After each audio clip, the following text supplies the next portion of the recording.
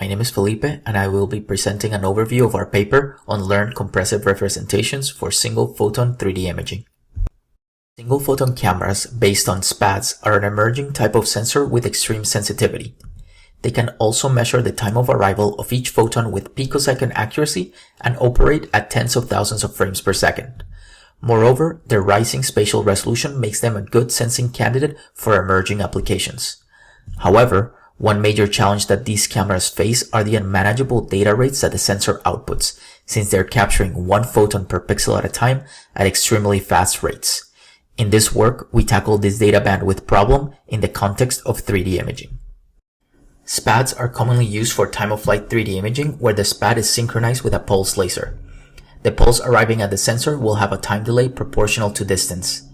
SPADs sample the received signal one photon at a time, and after multiple detection cycles, many photons with different times of arrival will have been detected. To estimate distances, we can build a histogram of timestamps and estimate the shift of this pulse. Unfortunately, as the resolution increases, the large volume of photon data output by the SPAD causes a severe bottleneck between the sensor and the image signal processor.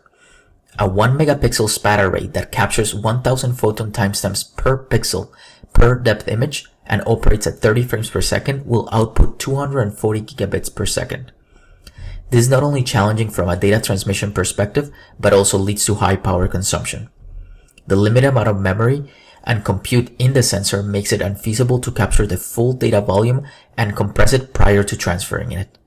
Therefore, a practical implementation would compress the data as each photon is detected and never store the complete data volume. The compressed representation can then be transferred and processed in the ISP. To tackle this problem, let's first look at the 3D histogram tensor representation, which encodes distances along the time axis. Consider a 3D block of this sensor. We observe that this block can be written as the sum of timestamps using a one-hot encoded representation. In this case, the one-hot encoded timestamp will be a 3D tensor where all elements are 0 except for a single one which corresponds to the spatiotemporal location of the detected photon. Using this representation, a compressive histogram can be built in an online fashion as follows. As each timestamp is detected, we can apply K-coded projections to the timestamp and accumulate the encoded values in a compressive histogram with K elements. Although this operation appears expensive at first, since each timestamp only has a single non-zero element, these coded projections reduce to a simple lookup operation. In order to build a compressive histogram in sensor, the coding tensor weights need to be stored in sensor memory. Therefore, large coding tensors will be impractical due to the memory overhead they introduce. In this paper, we explored different strategies to reduce the memory overhead, which included restricting coding tensors to be small, local block-based, and also separable. Finally, to optimize the coding tensor parameters, we implemented them as a layer of a 3D CNN and presented a method that allows integrating it as the first layer of existing SPAD data processing CNNs. Let's look now at the reconstruction results of the following scene. Using a high-resolution histogram leads to a high-quality reconstruction, but requires storing and transferring the full histogram tensor. A coarse histogram introduces severe quantization artifacts, which are smoothed by the denoising neural network.